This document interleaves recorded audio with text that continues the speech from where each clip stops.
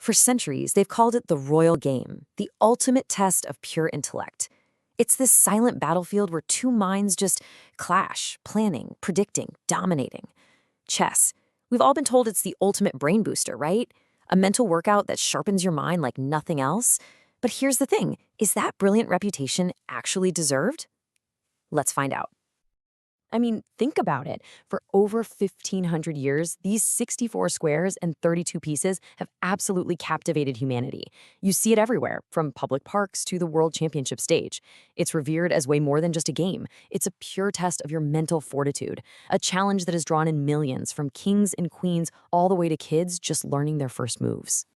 And that is the core question, isn't it? We put our kids in chess clubs, we champion it in schools, and we do it all based on one powerful assumption, that getting good at this game makes you sharper in other parts of your life. But is that really true? Let's take a look at the evidence. Okay, so first up, let's make the case for chess as the ultimate mental gym. For decades, researchers and educators have been building this mountain of studies suggesting that the skills you hone over the chessboard, they transfer directly to real-world brain power. And when I say a mountain of evidence, I really mean it. Seriously. From Zaire to Belgium to the United States, study after study seemed to confirm exactly what we all wanted to believe, that chess was kind of like a shortcut to a better brain. For a long time, the case looked absolutely airtight. The data was just so compelling. Take this landmark study in Bradford, Pennsylvania. They tracked students over 2 years, and the results were pretty staggering. The group that played chess saw their critical thinking skills jump by an average of 17.3% every single year. The non-chess group, just 4.6%. That is a huge difference.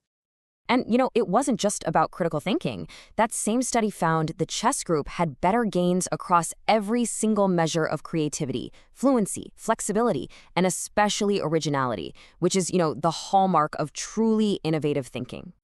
The wins just kept coming. Look at memory. In a totally different study, a class of 6th graders played chess every day for a year.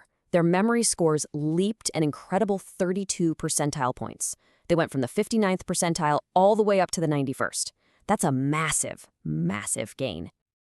Now, the case for chess gets even stronger when we start looking at its therapeutic potential. Could this ancient game actually help treat modern behavioral challenges? Well, some of the research suggests, yeah, it can. So get this, a 2016 Spanish study tracked kids with ADHD.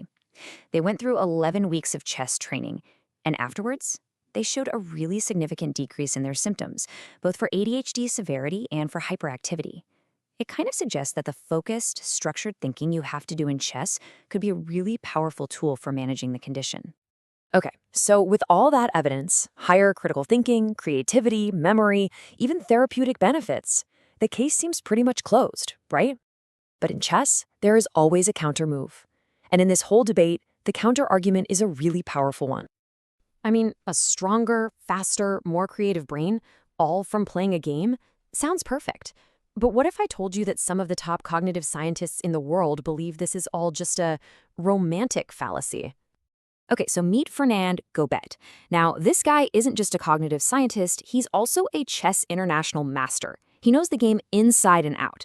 So when the US Chess Federation asked him to review all the research, he looked at dozens of studies and found that, well, most of them were flawed. After doing his own rigorous experiments, his conclusion was blunt and, honestly, pretty devastating to the whole brain booster theory. And Gobet's conclusion isn't some outlier. Other research really pumps the brakes on all the hype. For one, competitive chess can be incredibly stressful. Its link to better test scores? Highly debated. A very recent study found only a weak connection to math skills. And, of course, becoming an expert takes thousands of hours, time you could be spending on something else. So now we have two totally opposing views. One side says chess is a miracle brain tonic.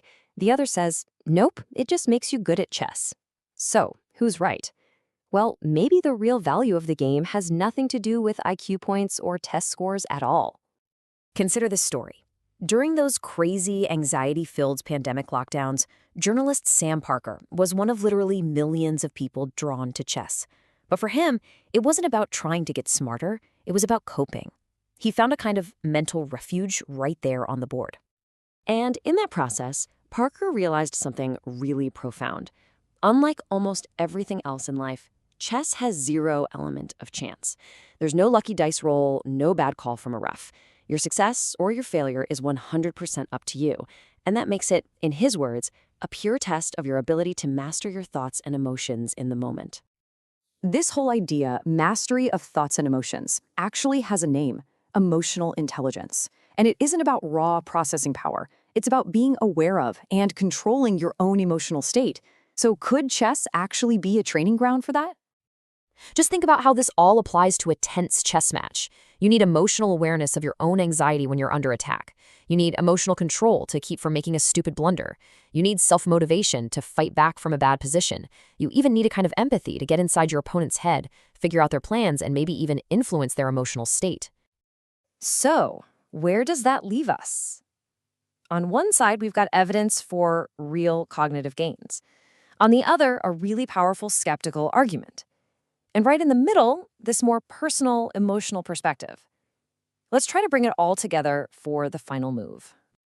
So here's the conflict in a nutshell. You've got the cognitive workout camp.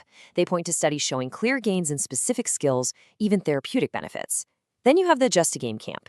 They argue that skill transfer is unproven, the time investment is huge, and it doesn't necessarily make you a better student. And you know what? Both sides have valid points backed by research. And this brings us to a really powerful conclusion. Maybe we've been asking the wrong question this whole time. Maybe it doesn't really matter if playing chess makes you better at math. The real benefit could just be the game itself, this self-contained world where you can practice focus, emotional regulation, and resilience. It's a gymnasium for the mind, where the muscles you're building are patience and self-control, not just raw intelligence. So maybe the ultimate prize of this 1,500-year-old game isn't becoming smarter in that academic sense. Maybe, just maybe, it's something far more valuable: the quiet, hard-won victory of mastering your own mind, one move at a time.